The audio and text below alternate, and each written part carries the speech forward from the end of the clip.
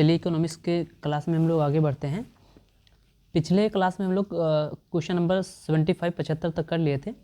आज हम लोग आगे चलते हैं और आज जो क्वेश्चन हम लोग के सामने है वो एक क्वेश्चन नंबर 76 है। इसको हम लोग ध्यान से देखते हैं फिर आगे चलते हैं। क्वेश्चन पूछ रहा है कि हाल ही में एस्ट्राजेनेका ने पहली बार स्वीकार किया कि उसकी कोविड-19 वैक्सीन कोविशील्ड के दुर्लभ मामलों में थ्रोम्बोसिस विथ थ्रोम्बोसाइटोपेनिया सिंड्रोम सहित कुछ दुष्प्रभाव थे। इस संदर्भ में निम्नलिखित में कथनों में से कौन सा थ्रोम्बोसिस शब्द का सर्वश्रेष्ठ वर्णन करता है। चलिए तो आपके सामने क्वेश्चन आया है, कह रहा है कि हाल ही में एस्ट्राजेनेका एक कंपनी है ने पहली बार स्वीकार किया। एस्ट्राजेनेका वही कंपनी जिसने कोविड-19 का वैक्सीन बनाया था। उसने पाया है कि जो व्यक्ति कोविड-19 टीके लगवाए थे उनमें thrombosis with thrombocytopenia syndrome TTS के कुछ प्रभाव देखे गए हैं और ये एस्ट्राजेनेका ने पहली बार माना है। तो थ्रोम्बोसिस शब्द का सर्वश्रेष्ठ वर्णन क्या है? यह एक दुर्लभ स्थिति है जिसमें शरीर में असमान स्थानों पर रक्त के थक्के जम जाते हैं। यह एक ऐसी स्थिति है जिसमें हड्डियों के घनत्व में कमी होती है और यह बुजुर्ग आबादी को प्रभावित करता है। हृदय की मांसपेशियों के संकोचन से दिल का दौरा पड़ता है। यह एक ऐसी स्थिति होती है जिसमें वायरल संक्रमण के कारण नसों में सूजन आ जाती है। तो इसमें जो थ्रोम्बोसिस शब्द का मतलब है वो क्या है पूछा जा रहा। तो हम बताते हैं। इसमें जो थ्रोम्बोसिस शब्द है वो प्रयोग किया गया है एक दुर्लभ स्थिति जिसमें शरीर में असमान स्थानों पर रक्त के थक्के जम जाते हैं। चलिए हम बताते हैं इसको। ठीक, आज एक ही PDF रहेगा, बाकी हम समझाएंगे PDF देख के नहीं। चलिए आज क्वेश्चन में हम लोग देखें तो एक कंपनी है एस्ट्राजेनेका।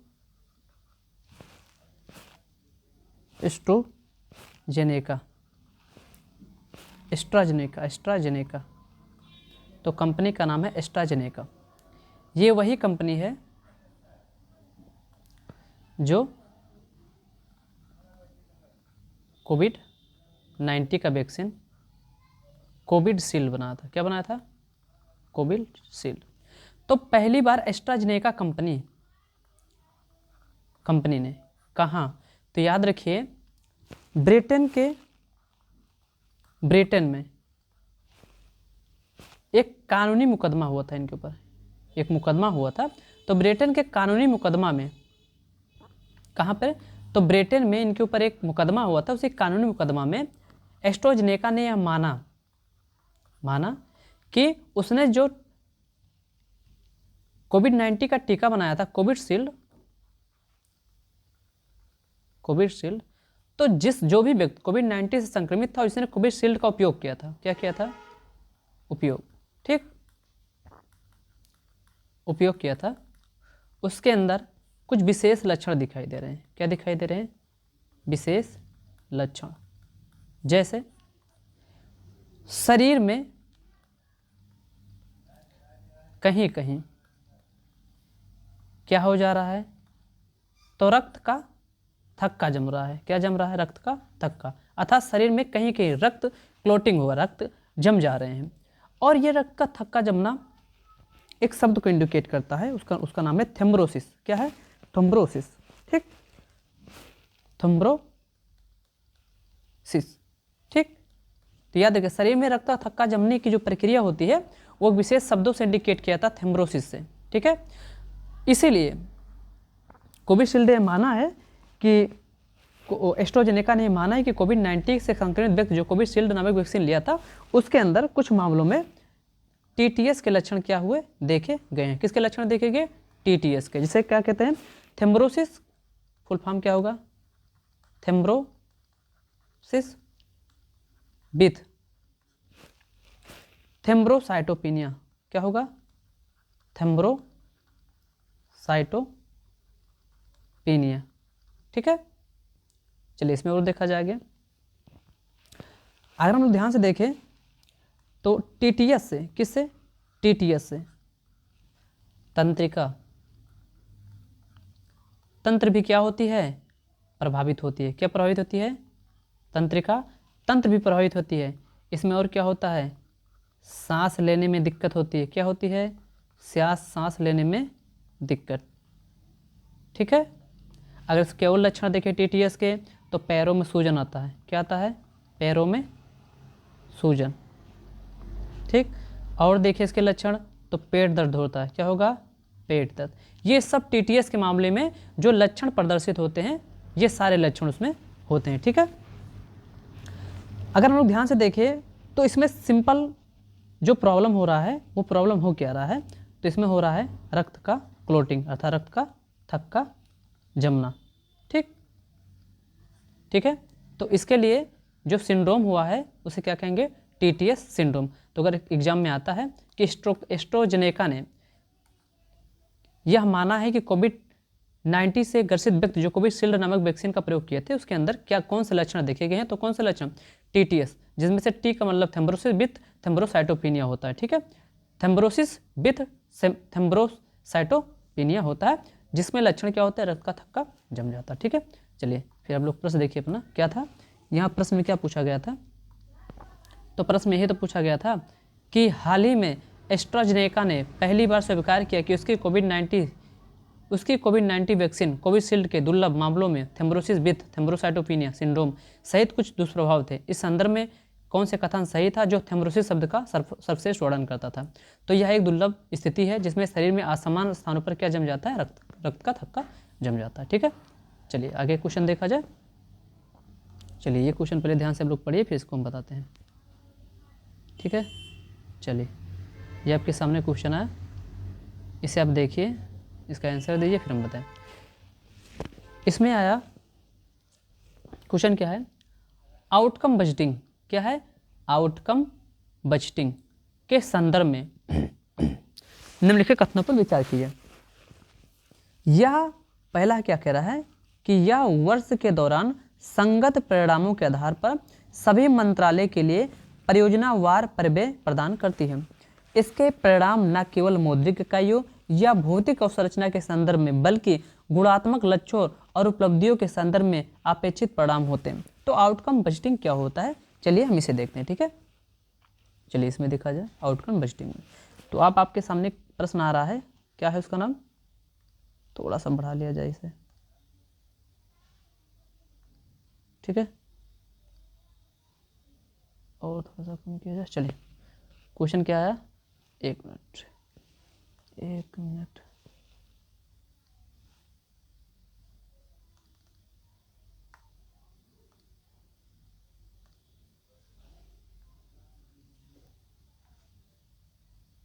चलिए फिर क्वेश्चन देखा जाए। इसमें क्या था? इसमें क्वेश्चन है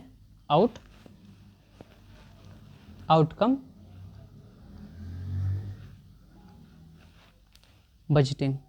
क्या है? Outcome budgeting.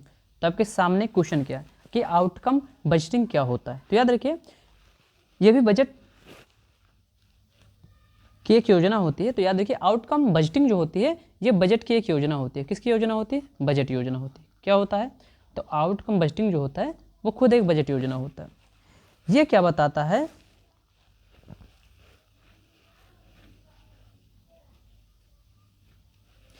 ये जो होती है ये वर्ष में प्राप्त किए जाने वाले संगत परिणामों, जैसे कि अगर हम लोग ध्यान से देखें तो इसमें कुल मिलाकर हम ये समझते हैं कि जो आउटकम बजटिंग होती है, अगर सिंपल परिभाषा में समझे तो ये सभी केंद्रीय, समझाएंगे भी, और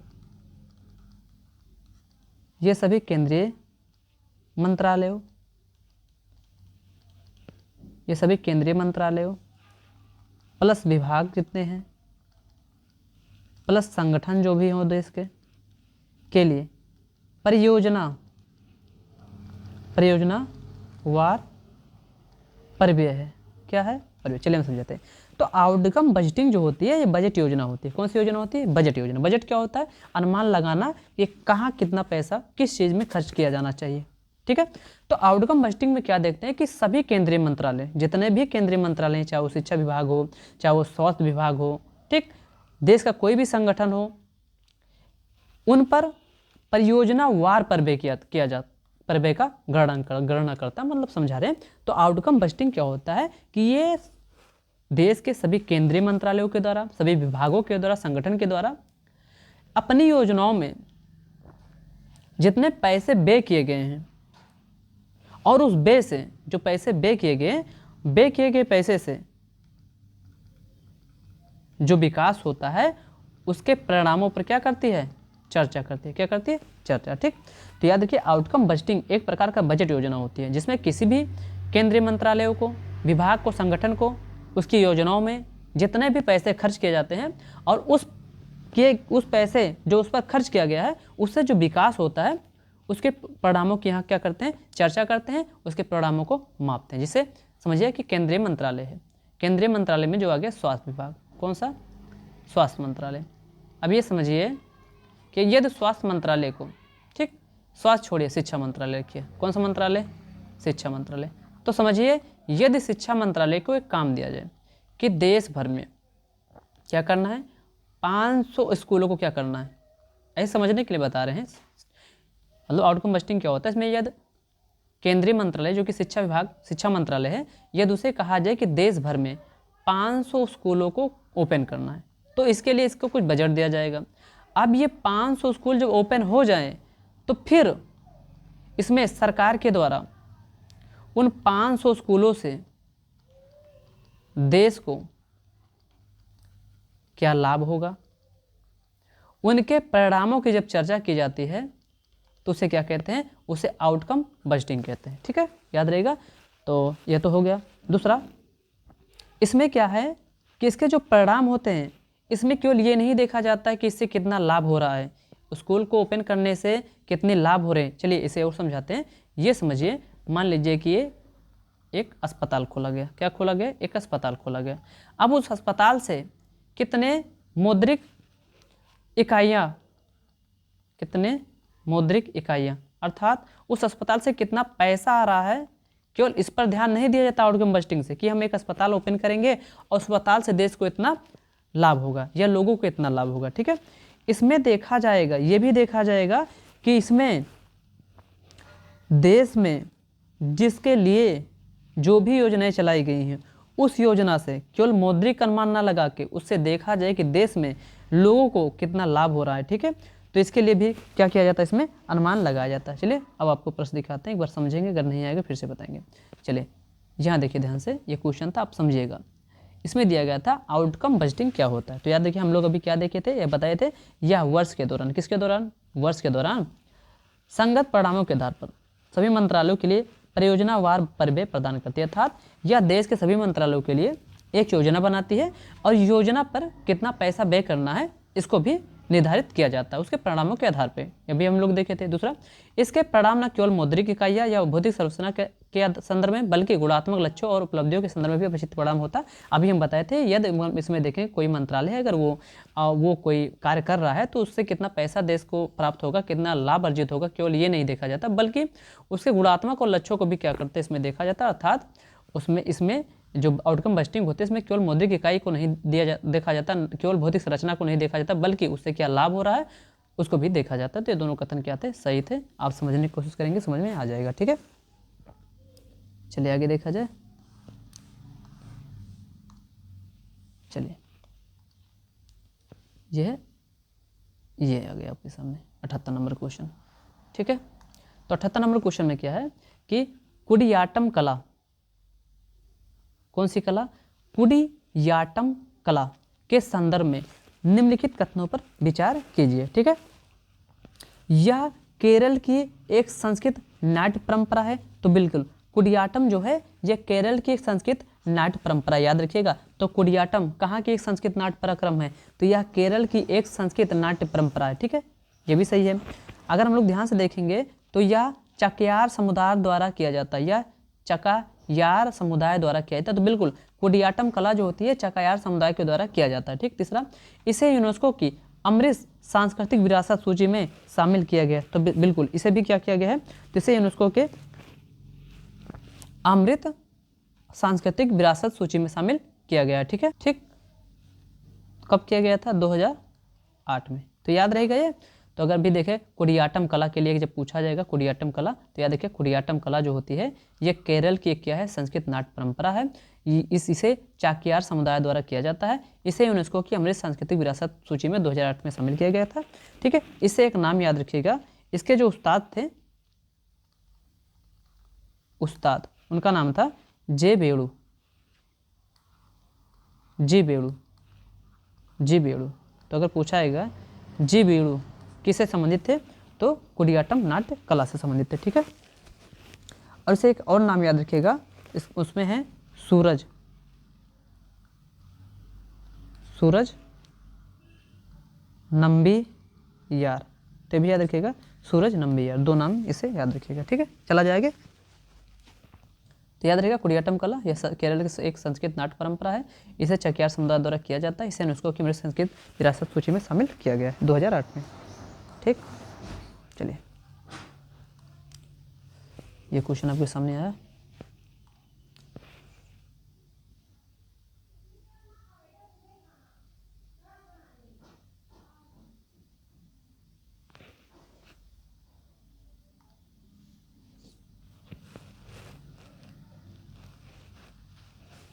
ठीक है, देखिए भारत में विमानन क्षेत्र के संदर्भ में निम्नलिखित कथनों पर विचार कीजिए। तो पहला है नागर विमानन क्षेत्रक। ठीक, सकल घरेलू उत्पाद में 3% से भी कम योगदान करता है। तो भारत में जो विमानन क्षेत्रक हैं, तो नागर विमानन क्षेत्रक से सकल घरेलू उत्पाद में केवल 3% का योगदान है या उससे भी कम है। दूसरा कह रहा नागर विमानन महानिदेशक DGCA नागरिक विमानन के क्षेत्र के लिए एक नियामक संस्था है। तीसरा, क्षेत्रीय संपर्क योजना उड़े देश का आम नागरिक केवल 200 किलोमीटर से 1200 किलोमीटर के बीच की दूरी तय करने वाली उड़ान पर लागू होती है। ये आपके सामने एक प्रश्न था। चलिए आप लोग बताइए इसमें क्या सही है। चलिए हम बताते हैं इसमें। ठीक है, तो सबसे पहले हम लोग के सामने आता है विमानन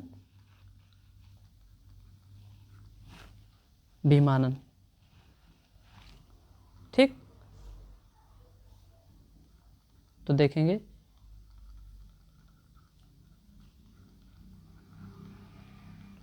नागरिक विमानन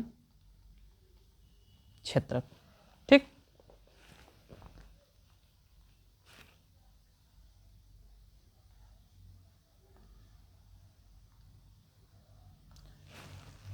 तो सबसे पहले इसमें क्या आया, अगर हम लोग देखें तो नागर विमानन, समझिए थोड़ा समझने का काम है। नागरिक विमानन जो होते हैं क्षेत्रक, जो हवाई जहाज होते हैं, तो नागरिक विमानन क्षेत्रक का योगदान जीडीपी में, देश के जीडीपी में कितने % का योगदान करता है? 5% का योगदान करता है। तो याद रखिएगा, तो देश के जीडीपी में नागर विमानन क्षेत्र का जो योगदान होता है वो कितने % है? तो वो कितने % है? वो 5% है। ठीक है, तो नागर विमानन क्षेत्र का भारत के जीडीपी में योगदान कितना है? 5% योगदान है। ठीक, अगर हम लोग ध्यान से देखें तो ये 4 मिलियन लोगों को, कितने? 4 मिलियन लोगों को क्या प्रदान करता है? नौकरियां प्रदान करता है। कितना? नौकरियां प्रदान करता है। ठीक है, तो याद रखिए भारत में जो विमानन क्षेत्रक है अर्थात नागर विमानन क्षेत्र का जो योगदान होता है भारत के जीडीपी में कितना % होता है? 5% होता है, और 4 मिलियन लोगों को क्या प्रदान करता है? यह नौकरी प्रदान करता है। अगर ध्यान से देखें तो नागर विमानन महानिदेशक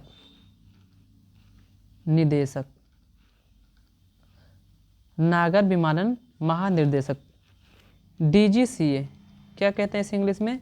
DGCA। ये जो होता है ये नागर विमानन क्षेत्र के लिए क्या है? एक नियामकीय संस्था है। क्या है? नियामकीय संस्था है। याद रखिए, तो DGCA क्या है? DGCA जो होती है ये नागर विमानन क्षेत्र के लिए एक नियामक संस्था होती है। कैसी संस्था होती है? नियामक संस्था होती है। अगर इसी में हम लोग ध्यान से और देखें तो उड़ान योजना, कौन सी योजना? उड़ान योजना। तो उड़ान योजना के अंतर्गत अगर हम लोग ध्यान से देखेंगे तो 200 किलोमीटर से 800 किलोमीटर की बीच की दूरी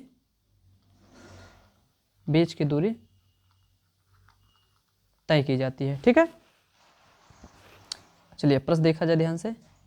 तो अब आपके सामने प्रश्न क्या है? ये प्रश्न है, चलिए अब आप लोग बताइए कौन सा आंसर सही रहेगा। अब आप लोग को समझ में आ गया होगा। ठीक, भारत में विमानन क्षेत्रक के संदर्भ में निम्नलिखित कथनों पर विचार किया। पहला, नागर विमानन क्षेत्रक सकल घरेलू उत्पाद में 3% से भी कम योगदान करता है, तो ये गलत है।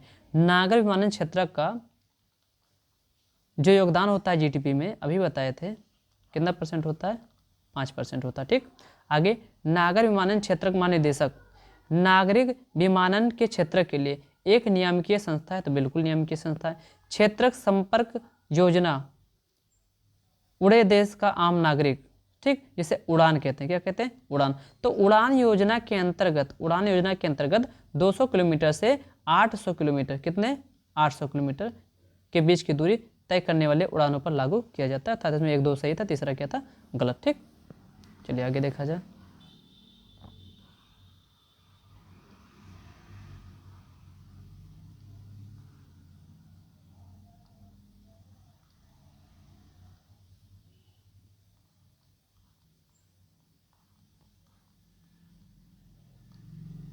चलिए ये आपके सामने क्वेश्चन है।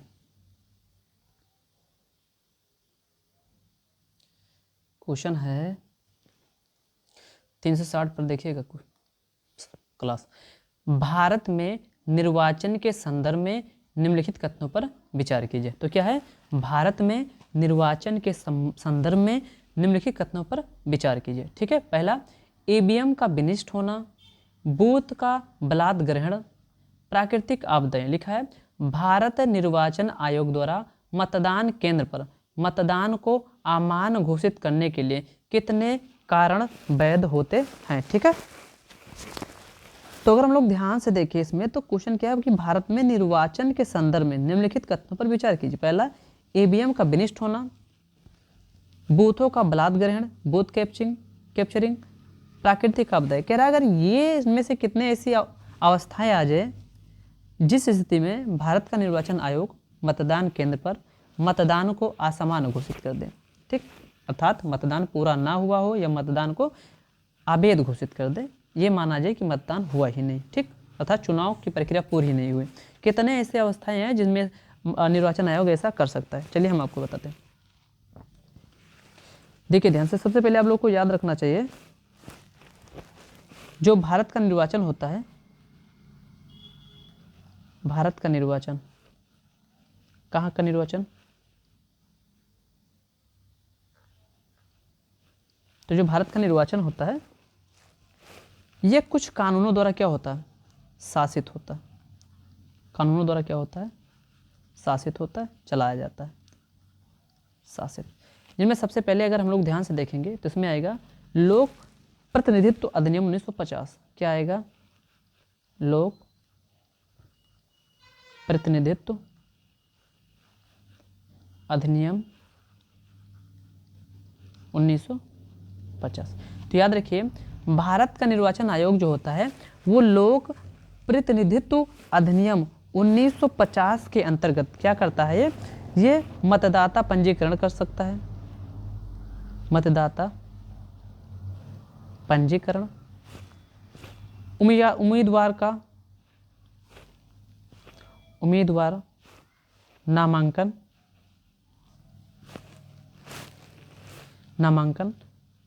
की क्या कर सकता है, रूपरेखा तैयार कर सकता है। इसे आपको समझाते हैं, क्या तैयार कर सकता है, रूपरेखा तैयार कर सकता है। तो भारत का जो निर्वाचन आयोग होता है वो लोक प्रतिनिधित्व अधिनियम 1950 के अंतर्गत, किसके अंतर्गत, तो लोक प्रतिनिधित्व अधिनियम 1950 के अंतर्गत ये क्या करता है, तो ये मतदाता पंजीकरण तैयार करता है। क्या तैयार करता है, मतदाता पंजीकरण की रूपरेखा तैयार करता है कि कितने मतदाता कहाँ पर मत देंगे, कहाँ कितना वोट होगा, कहाँ कितने वोट पड़ेंगे। ये सारी व्यवस्थाओं को भारत का निर्वाचन आयोग चुनाव करने से पहले उसकी रूपरेखा तैयार करता है। किस कानून के तहत, तो लोक प्रतिनिधित्व अधिनियम 1950 के तहत। दूसरा, उम्मीदवार का नामांकन, जो भी उम्मीदवार जो चुनाव लड़ रहा होगा वो उम्मीदवार किस तरीके से अपना नामांकन दर्ज कराएगा, उसकी भी रूपरेखा कौन तैयार करता है, भारत का निर्वाचन आयोग। अर्थात हमको समझना चाहिए कि मतदाताओं का पंजीकरण और उम्मीदवार का नामांकन, ये दोनों कैसे कार्यान्वित होंगे, कैसे क्रियान्वित होंगे, कैसे किए जाएंगे, उसकी रूपरेखा कौन तैयार करता है? तो निर्वाचन आयोग तैयार करता है। किस अधिनियम के तहत? तो लोक प्रतिनिधित्व अधिनियम 1950 के तहत। अगर वहीं हम लोग देखें तो आगे लोक प्रतिनिधित्व अधिनियम 1951, इसके तहत इसे कौन कौन से कार्य दिए गए हैं? तो ये जो होता है, चुनाव को कितना वित्त पोषण, चुनाव को कितना वित्त पोषण होना है, चुनाव के लिए किन प्रतीकों का प्रयोग करना है, प्रतीकों का प्रयोग करना है, और मतदाता प्रक्रिया कैसी होगी, मतदाता प्रक्रिया कैसे होगी। समझिए, चलिए हम समझा रहे हैं। तो लोक प्रतिनिधित्व अधिनियम के तहत जो भारतीय निर्वाचन आयोग होता है, वो चुनाव के लिए कितने पैसे खर्च होंगे उसकी देखरेख करता है। मतदाताओं को कौन सा प्रतीक का प्रयोग करना है, चुनाव चिन्ह, उसका ये रूपरेखा तैयार करता है। अब मतदाता प्रक्रिया अर्थात चुनाव किस तरीके से होंगे उसको उसकी ये रूपरेखा तैयार करता है। अगर किसी कारणवश चुनाव की प्रक्रिया शुरू होते किसी प्रक्रिया शुरू होते ही, कौन प्रक्रिया? चुनाव प्रक्रिया शुरू होते ही इनमें से कोई भी घटना घटित हो, घटना घटित हो, जैसे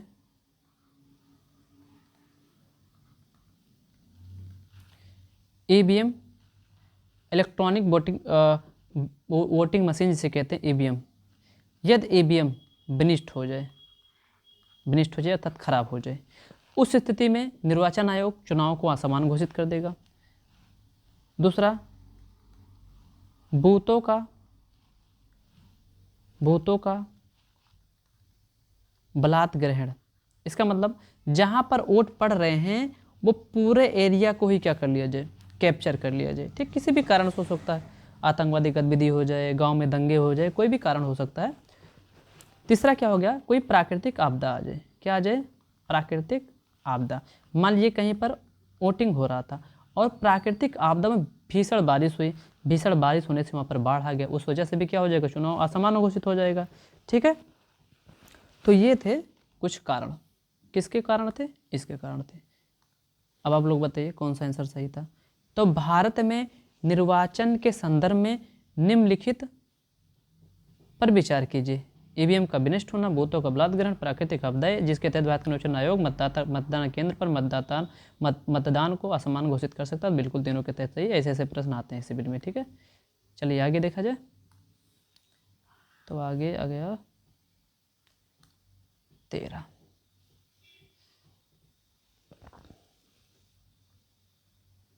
चलिए, ये आपके सामने क्वेश्चन है, इसका आंसर दीजिए। यह है, हाल ही में उच्चतम न्यायालय ने कलेसर वन्यजीव अभ्यारण्य में प्रस्तावित 4 बांधों के निर्माण पर रोक लगा दी। इस संदर्भ में भारत के निम्नलिखित राज्य क्षेत्र में से कलेसर वन्यजीव अभ्यारण्य अवस्थित है। तो याद रखिए, ये कहाँ अवस्थित है? ये अवस्थित है हरियाणा में। कहाँ अवस्थित है? हरियाणा में। तो कलेसर वन्यजीव अभ्यारण्य कहाँ स्थित है? तो बस इतना याद रखिए, कलेसर वन्यजीव अभ्यारण्य कहाँ स्थित है? तो हरियाणा में। ठीक, याद रहेगा। कौन से जिले में? तो यमुनानगर जिले में, यमुनानगर जिला। ठीक, तो किस जिले में है? यमुनानगर जिला में स्थित है।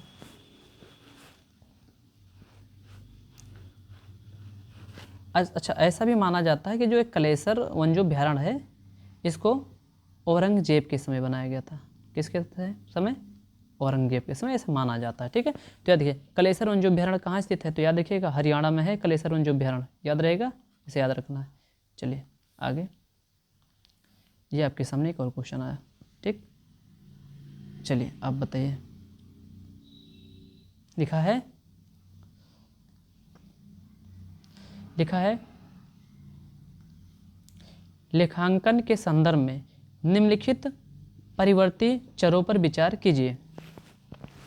लिखा है आय, लाभ, bank balance, equity share holding उपयुक्त में से कितने परवाह परिवर्ती चरों के रूप में वर्गीकृत है या परवाह चरों के रूप में क्या है वर्गीकृत है। ठीक, चलिए आपको बताएं। अगर हम लोग ध्यान से देखें परवाह चर में, अगर हम लोग देखें तो परवाह चर में कुल मिलाकर अगर देखेंगे तो किस चर में किसके चर की बात हो रही है, परवाह चर। परवाह चर एक होता है परवाह चर, एक होता है स्टॉक चर। कौन सा चर, स्टॉक चर।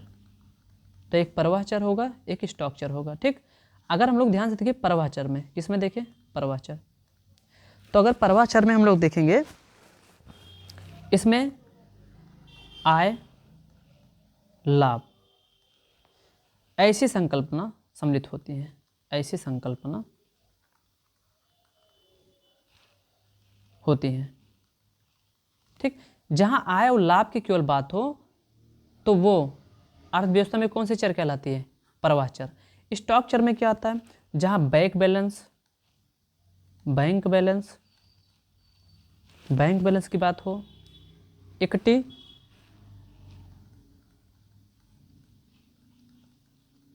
शेयर होल्डिंग की बात हो, इक्विटी शेयर होल्डिंग की बात हो, ये सब कैसे चर होते हैं, ये सब स्टॉक चर होते हैं। तो याद रखिए अगर हम लोग ध्यान से देखें तो परवाह चर में हमेशा आय और लाभ की गणना की जाती है, स्टॉक चर में हमेशा बैंक बैलेंस और इक्विटी शेयर होल्डिंग की चर्चा की जाती है।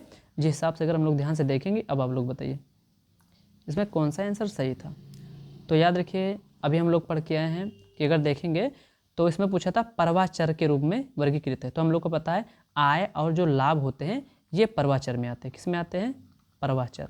और जबकि बैंक बैलेंस और इक्विटी शेयर होल्डिंग किस में आते हैं, ये आते हैं स्टॉक चर में। ठीक, तो इस हिसाब से आपका कौन सही था, केवल 2। ठीक, चलिए आगे देखें क्वेश्चन, ये आपके सामने क्वेश्चन है। चलिए अब बताइए, ये कह रहा है कि निम्नलिखित में से कौन सा एक स्वतंत्रोत्तर भारत में भूमि सुधार का प्राथमिक उद्देश्य था। पहला, भूमिहीन कृषकों को भूमि का पुनर्वितरण, रियल एस्टेट क्षेत्र को बढ़ावा देने के लिए भूखंडित भूजोतों की चकबंदी, भारी उद्योग को बढ़ावा देना, वाणिज्यिक कृषि को प्रोत्साहित करने के लिए कृषि भूमि का निजीकरण। ठीक, तो ये तो एकदम आसान क्वेश्चन था। इसमें क्या रहेगा, भूमिहीन कृषकों को भूमि का पुनर्वितरण। ये तो एकदम आसान क्वेश्चन है, आप लोग समझ सकते थे कि स्वतंत्र भारत में भूमि सुधार का प्राथमिक उद्देश्य क्या था। ठीक, तो ये था भूमिहीन कृषकों को भूमि का पुनर्वितरण कर देना। ठीक, ताकि अर्थव्यवस्था में कृषि का योगदान बढ़े। आगे चलिए, ये क्वेश्चन आपके सामने आया, एशियाई विकास बैंक एडीबी,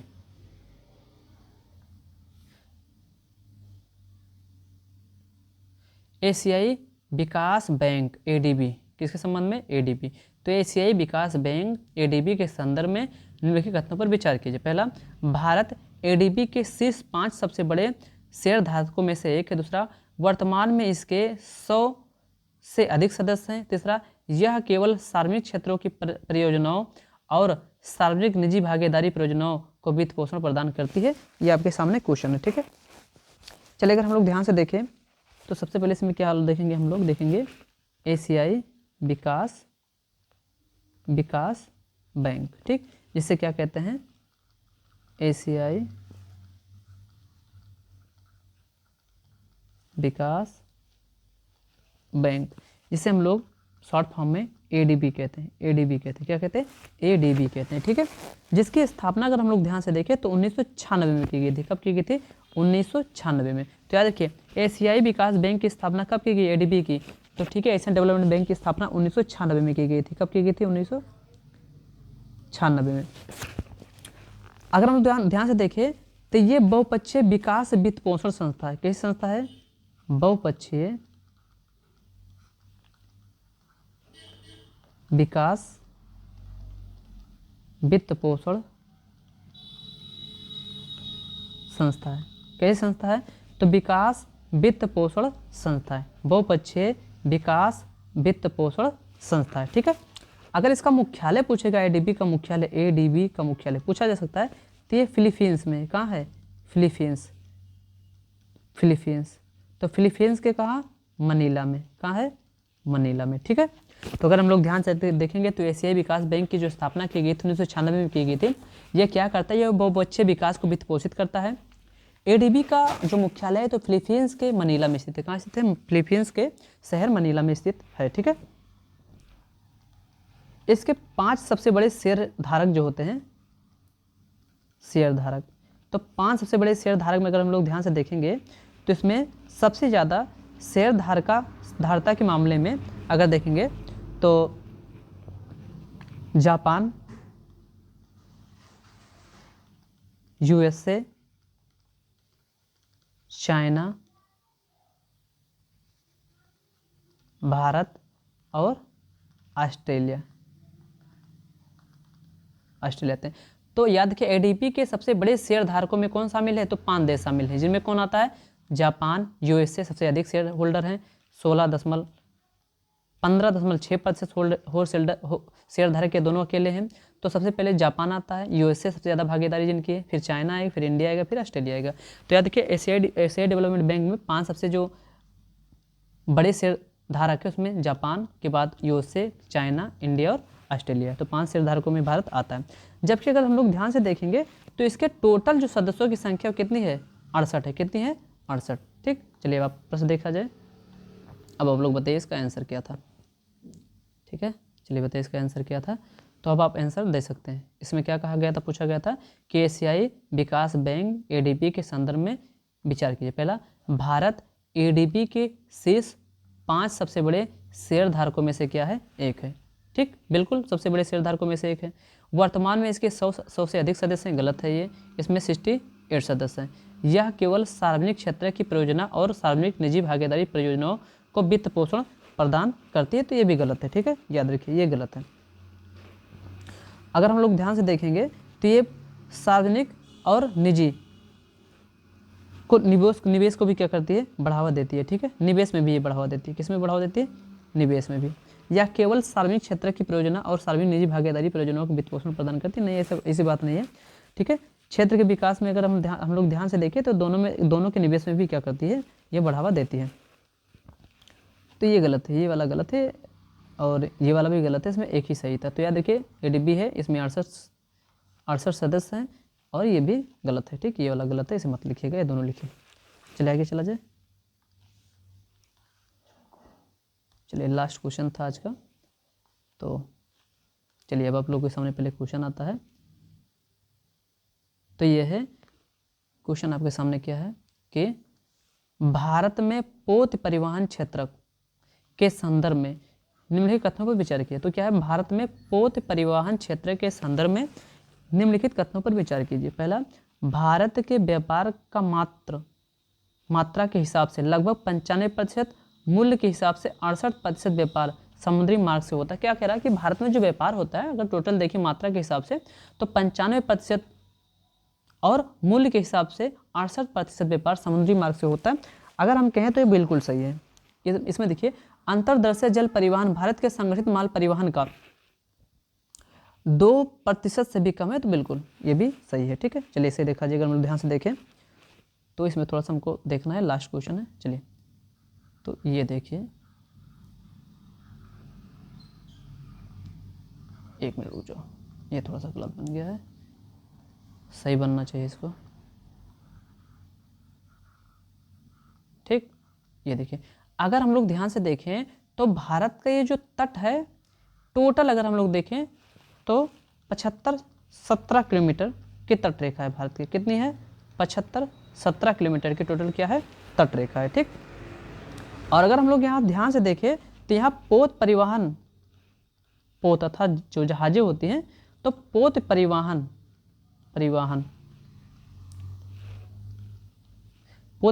से ही क्या होता है, व्यापार होता है। अर्थात भारत के 75-17 किलोमीटर की तटरेखा पर अगर व्यापार का कोई माध्यम है तो क्या है, पोत परिवहन है, ठीक है। अगर हम लोग ध्यान से देखें तो इसी में और क्या है, इसी में क्या है कि भारत के यहाँ पे गुजरात में, कहाँ, गुजरात में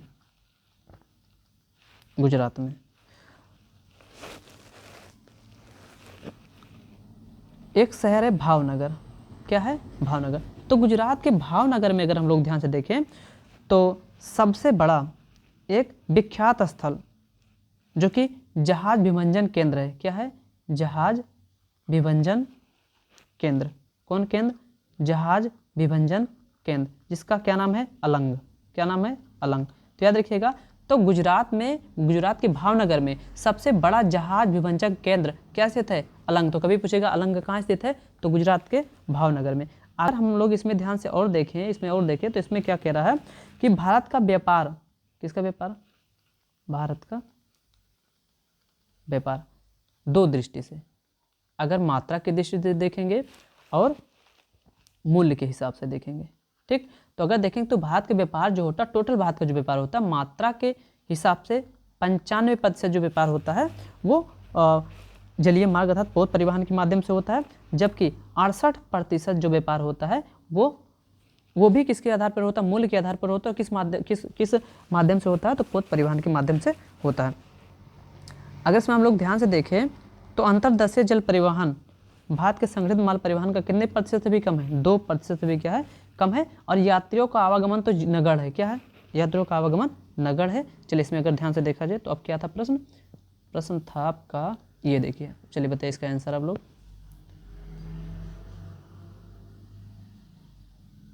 चलिए आंसर बताइए, अब आप लोग आंसर दे सकते हैं।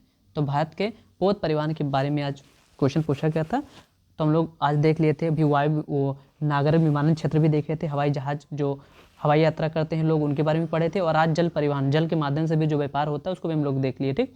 तो भारत में पोत परिवहन क्षेत्र के अगर मामले में पूछेंगे तो भारत का जो व्यापार होता है, अगर मात्रा के हिसाब से देखेंगे, किसकी मात्रा पर, मात्रा के हिसाब से, तो टोटल भारत के व्यापार का 95% परिवहन माध्यम से होता है, पोत परिवहन से। अगर मूल्य के हिसाब से देखेंगे तो उसका 68% किससे होता है, पोत परिवहन के क्षेत्र के माध्यम से होता है। अगर देखेंगे अंतर्देशीय जल परिवहन, अंतर्देशीय जल परिवहन क्या होता है, जिसके तीनों तरफ, चारों तरफ क्या हो, भूमि हो और बीच में ही कोई छोटा सा जो झील हो, खाड़ी हो, ठीक। तो अंतर्देशीय जल परिवहन भारत के संगठित माल परिवहन का केवल 2% से भी कम वहन करता है, बिल्कुल ये सही है। तो चलिए आज के लिए बस इतना क्वेश्चन है, आप अटेंड करिए। बाकी कल इसका लास्ट क्लास रहेगा इकोनॉमिक्स का, जो कि कल हमारा 100 क्वेश्चन और हो जाएगा, ठीक है। चलिए फिर आज के लिए बस इतना ही, अब कल क्वेश्चन करते हैं। बाकी करंट अफेयर क्वेश्चन भी आप लोग को मिल ही जाएगा इसके बाद। चलिए।